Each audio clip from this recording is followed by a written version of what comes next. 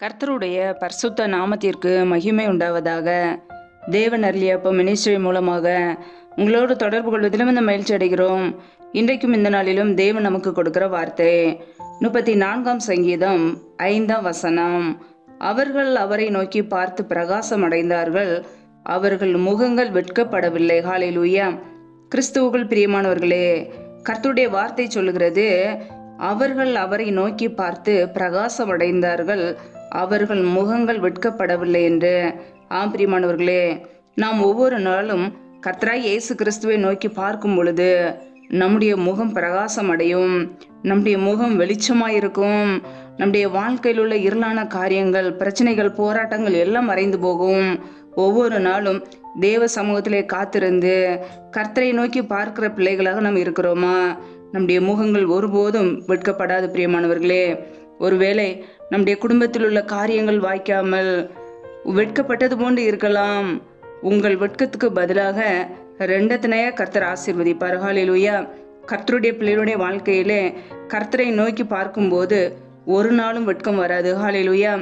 அவரை விசுவாசிக்கிறவன் எவனோ அவன் வெட்கப்படுவதில்லை என்று வேதம் சொல்கிறது.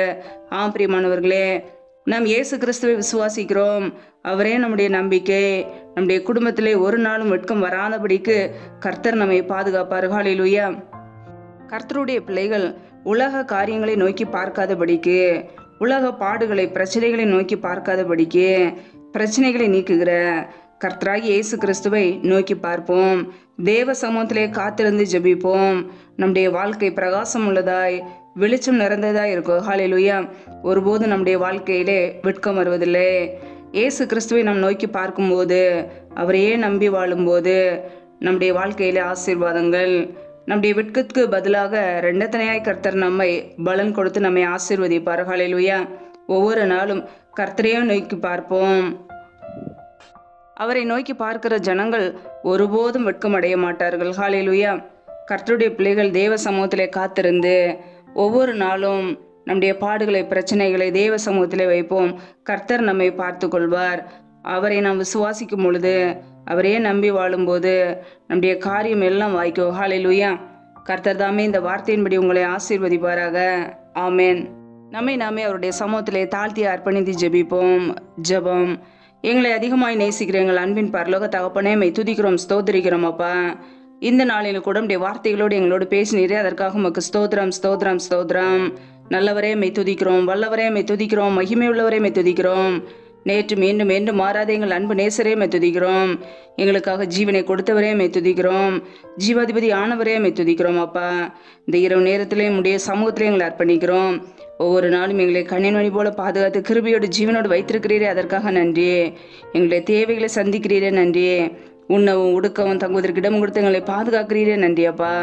இப்பொழுது இணைந்திருக்கிற ஒவ்வொரு குடும்பங்களையும் நம்முடைய கரங்களிலே அர்ப்பணிக்கிறோம். என் தேவன் தாமே பிள்ளைகளை பாதுகாத்துக் கொள்வீராக, ஆசீர்வதிப்பீராக. பிள்ளைகள் செய்கின்ற வேலைகளை, தொழில்களை, வியாபாரங்களை ஆசீர்வதிங்கப்பா. கையின் பிரயாசங்களை பெருகப்படுங்க, வர்த்திகப்படுங்க.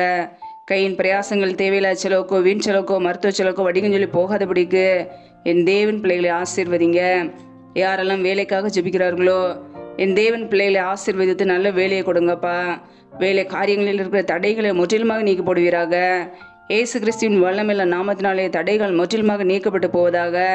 ரீபா லபா ரஷாதரபரா காதரபா ரீபா கே ரேஷேக்கில் எதிரமர ஷதரபல்லா. கர்த்தருடைய கரம் ஒவ்வொரு குடும்பங்களையும் ஆசீர்வதிக்கட்டும். எந்தெந்த குடும்பங்களிலெல்லாம் கர்ப்பத்தின் கனிக்காக ஜபிக்கிறார்களோ, என் தேவன் பிள்ளைகளை ஆசீர்வதிங்க. பிள்ளைகள் கர்த்தரால் ஒரு சுதந்திரம், கர்ப்பத்தின் கனி அவரால் கிடைக்கும் பலன் என்று வேதத்தில் வாசிக்கிறோம். என் தேவன் ஆசீர்வதிங்கப்பா. அண்ணாலே ஆசீர்வதித்தது போல பிள்ளைகளையும் ஆசீர்வதிங்க. தேக்கரங்களில் அர்ப்பணிக்கிறோம்.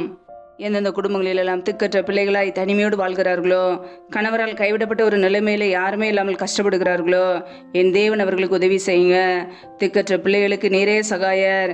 என் தேவன் மாத்திரமே உதவி செய்ய முடியும். ஒவ்வொரு குடும்பங்களையும் ஆசீர்வதிங்க. எந்தெந்த குடும்பங்களிலெல்லாம் கணவன் மனைவிக்கிடையே பிரிவினையோடு பிரச்சனையோடு வாழ்கிறார்களோ, என் தேவன் அந்த குடும்பத்திலே சமாதானத்தை கொடுங்கப்பா, ஆசீர்வதிங்க. எந்தெந்த குடும்பங்களிலெல்லாம் பலவீனத்தோடு, சோர்வோடு, வியாதியோடு இருக்கிறார்களோ, என் தேவன் அவர்களை தொடுங்க. அப்படியே சுகமாக்கும் கரம் பிள்ளைகளை தொட்டு சுகமாக்கட்டும், விடுதலையாக்கட்டும். பலவீனத்திலே உடைய பலன் பரிபூரணமாய் விளங்கட்டும். ஆசீர்வதிங்கப்பா. இந்த இரவு நேரத்தில் இன்பமான நித்திரை கொடுங்க. நல்ல சொப்பன தரிசனங்களை வெளிப்படுத்துங்க. வரப்போகிற காரியங்களை குறித்து எங்களோடு பேசுங்க. அதிகாலையில் எழுந்து உடைய சமூகத்திலே காத்திருந்து புது கிருபையில பெற்றுக்கொள்ள அர்ப்பணிக்கிறோம்.